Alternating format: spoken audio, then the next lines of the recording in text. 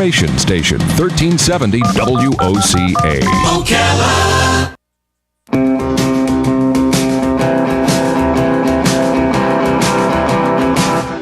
Ocala, baby, what makes you look so good?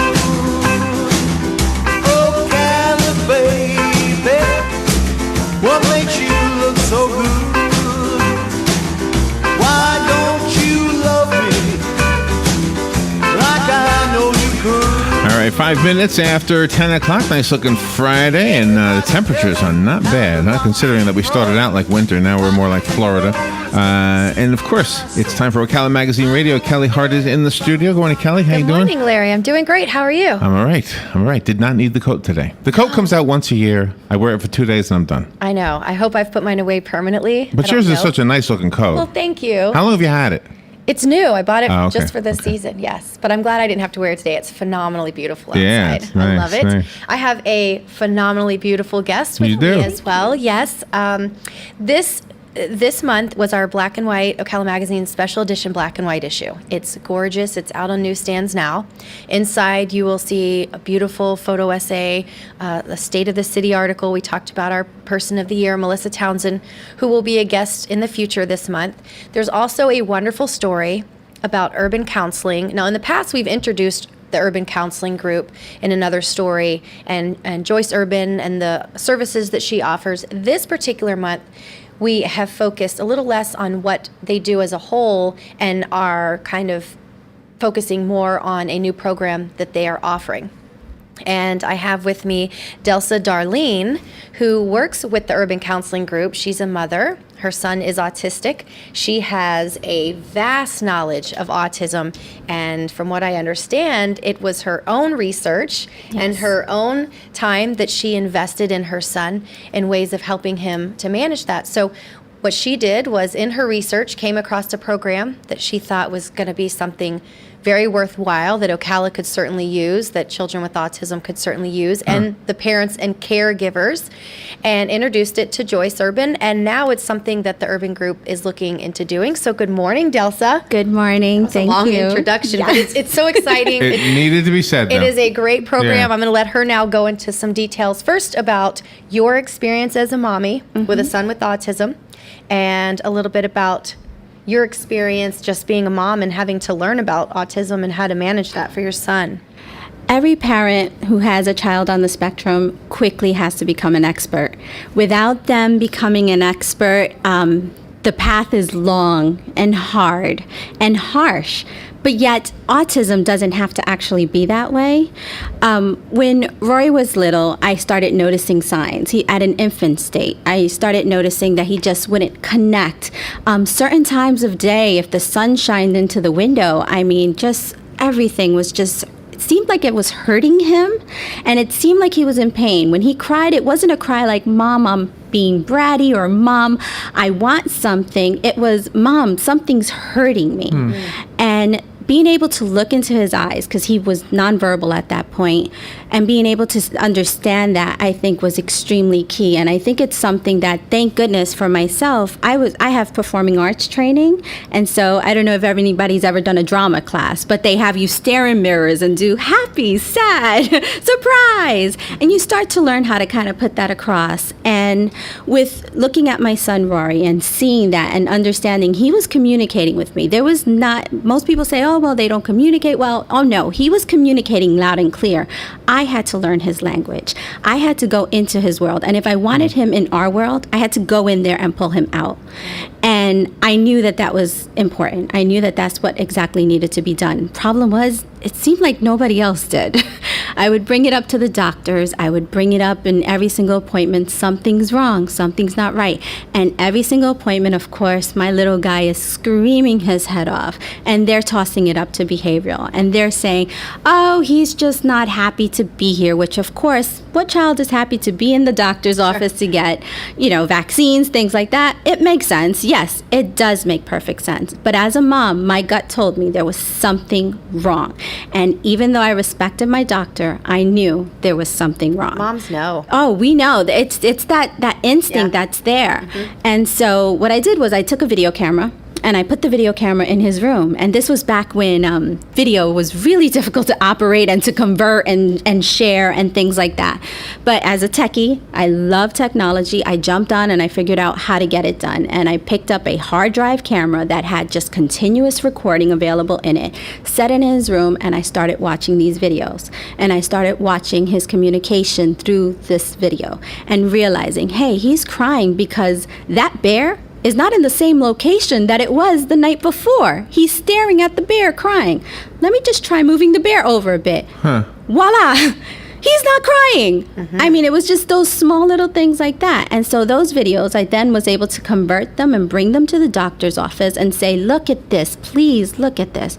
And suddenly light bulbs went off. It was then that they realized, yes, we see it now. They were able to then see it. And this was, wow, my little guy now is 9 years old. So this was 8 years ago because he was diagnosed at 14 months. Wow. Which is really early. And I'm so thankful that he was, because then we were able to get early intervention from that.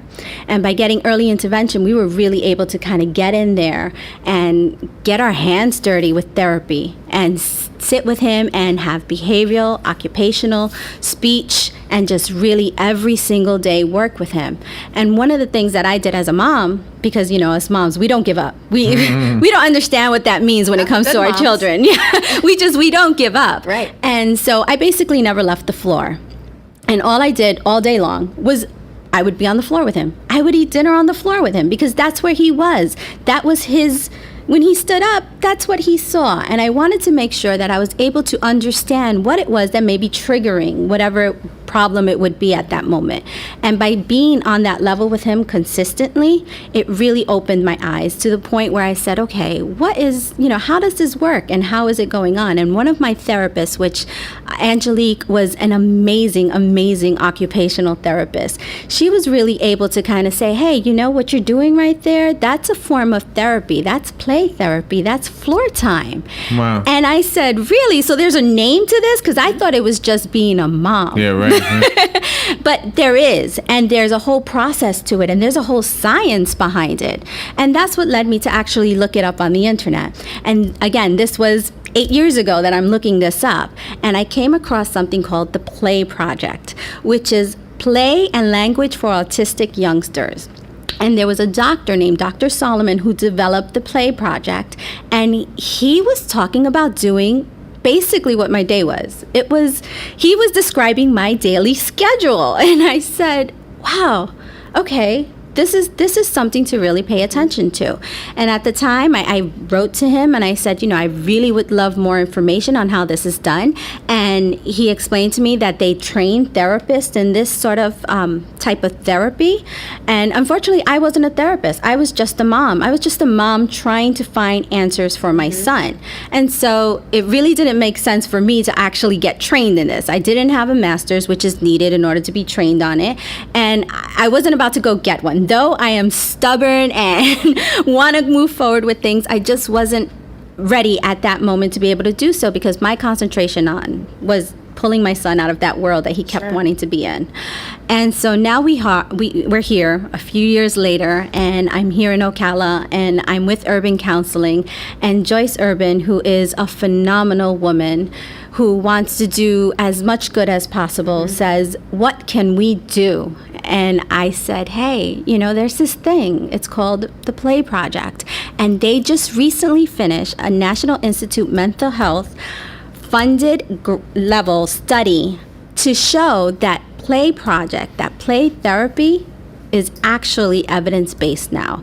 And this is not something where even just 8 years ago where people were doing it because they found that it was promising. Now it's proven. It works. This works.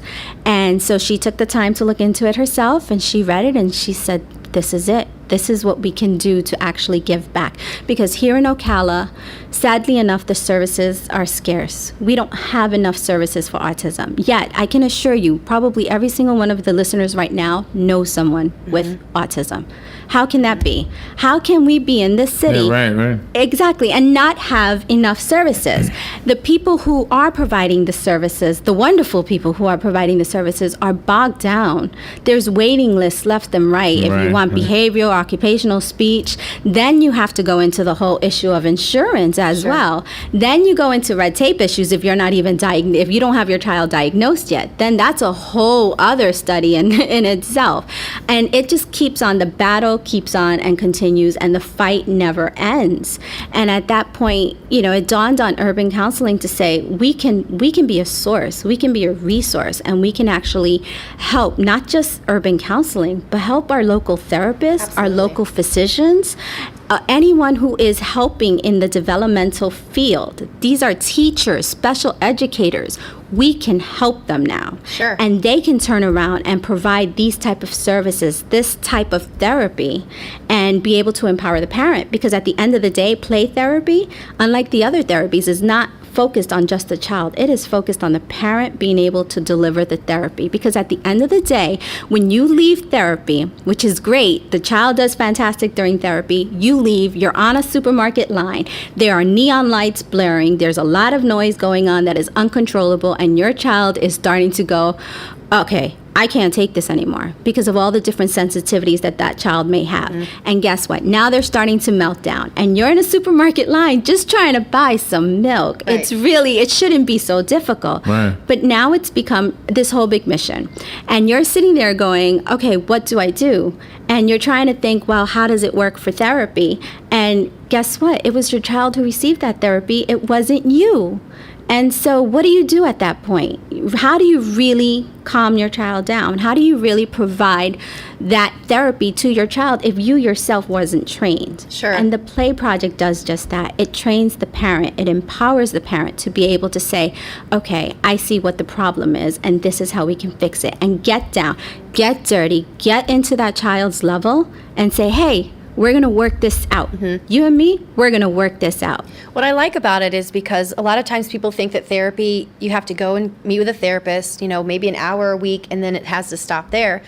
What I like about the program is if you're an educator, you can get certified in this, correct? Yes. And so then you're able to take those skills and then apply them at the school. So the child may come from parents who are using this therapeutic resource at home, and then they may have a facilitator at the school that can reinforce it. They may meet with their therapist then once or twice a week, as scheduled. And so there's continuity. So it's constantly happening rather than just Exactly. 1 hour a week inside of someone's office. Exactly. And sadly enough, when it comes to a lot of the children who are already in, for example, the public school system or private school systems at that point, the public school system does have things in place to try to help, and they will give occupational therapy and they will give speech therapy to the children who do need it.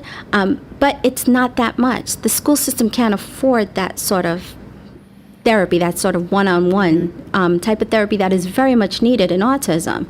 And so what happens is that then the child goes home, and of course the school system, parents are not allowed in the school system anymore. You have to, there's a lot of gates you have to knock down to be inside your child's classroom. right. And so this therapy is happening during school hours, and they're going home, and parents are still sitting there scratching their head going, I'm not really sure what's going on here. And it's unfair. It's unfair to the parent. It's unfair to the child because communication is key. And how can you teach your child to communicate if you don't know the language, if you don't know how to get in there?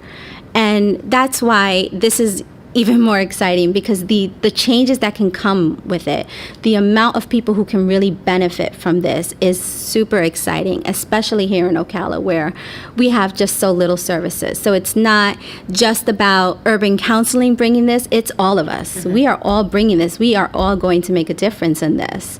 So it's, for me, I know personally it's a big deal, but it should be a big deal for everyone else too. Sure, because, and I like the fact that it's not urban counseling saying we're going to do something that we will offer.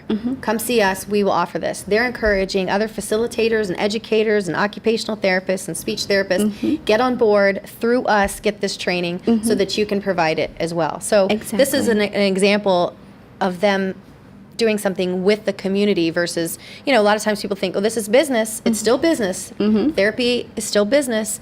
And so we want all of those clients versus, no, we want to train you. We want to teach you. We want you to be able to help students and children alike so that we work together as a community. I Right. think that's phenomenal. But that's aligned with Joyce Urban's philosophy anyways. Yes, it definitely is. She's a strong believer in empowering the people. And I think that once a parent has those tools underneath their belt, the possibilities are endless. Well, play has changed a lot. I mean, if you think, I remember when I was little, I had this for a long time, and for like 6 years until my sister was born. I was an only child, so I had a real vivid imagination, and I would get down with my dolls. I was a school teacher. I would set up a shop. I would ring up groceries. I was all over the place in my house doing these things. And now it seems like what the kids want to do is play, just video games.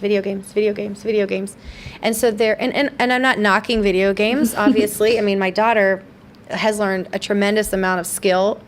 She's way better coordination and things of that nature, and I love the idea of video games, with a limitation, but there's still the need for the parent to sit down or the caregiver to sit down with the child and engage them. Yes. Playing board games, imagination, playing dolls or army toy, whatever it is, because we still have to have that level of connectivity there. Like you did. You got down on the floor, and that's just any child. But when you talk about a child with autism, their needs are so much more special and extreme that you cannot just plop them down somewhere and say, okay, entertain yourself and hope that they manage their issues. Right. And it definitely doesn't work that way. And one of the funny things is as grown-ups, we do forget how to play. We forget. We're busy. We have dinner to get on the table. We have to get to work.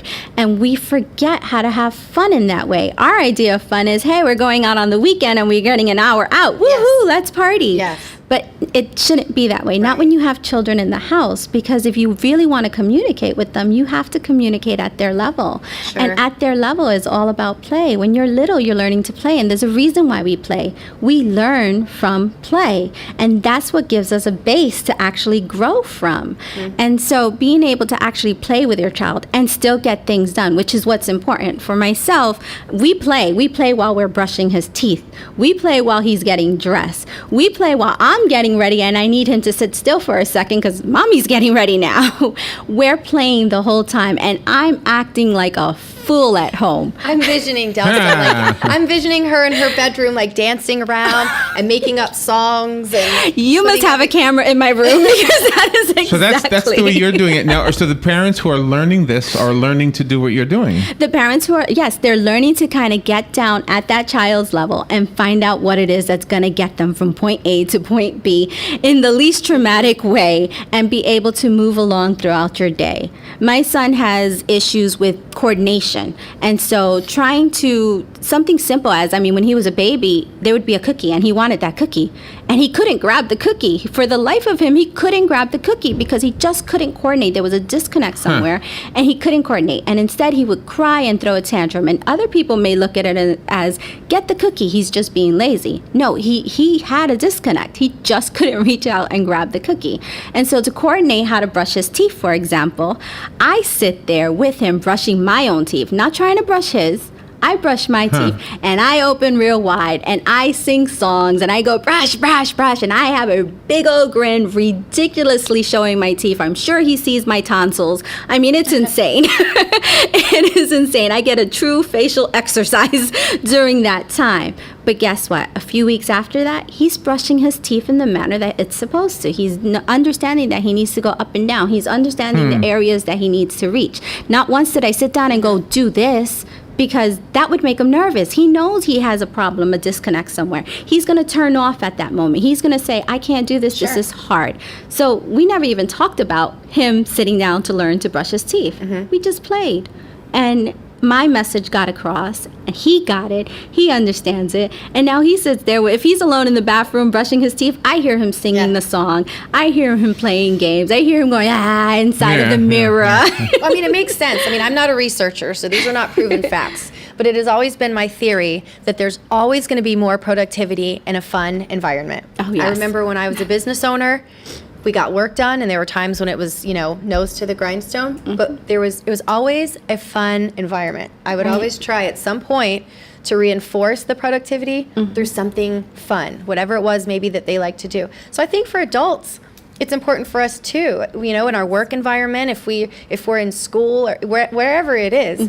I think it's the same way. I think if there's some element of fun, we are more apt to learn what we need to learn or do whatever it is that is our job task. We're more likely to get it done because we kind of have a little bit of fun with it. Yeah. It And is so for true. children, obviously, that's what their life is. They just really want to have fun, So it's so explainable and understandable, and the idea that it's taken something like research to say, okay, we need to train you in this. We need to make parents comfortable getting down with little army men and making voices and making funny faces, because we lose that as an adult. Sometimes we feel silly. My daughter sometimes will be like, "Here, you be this doll, and I'll be this doll. Okay, your name is Sarah, and my name is Samantha." And she's talking to me, and I'm like, "Okay, but then you get on a roll, and next thing you know, the two of you are these characters, and you're doing all these things, and you can learn so much about your children, because she might talk about something that I'm like,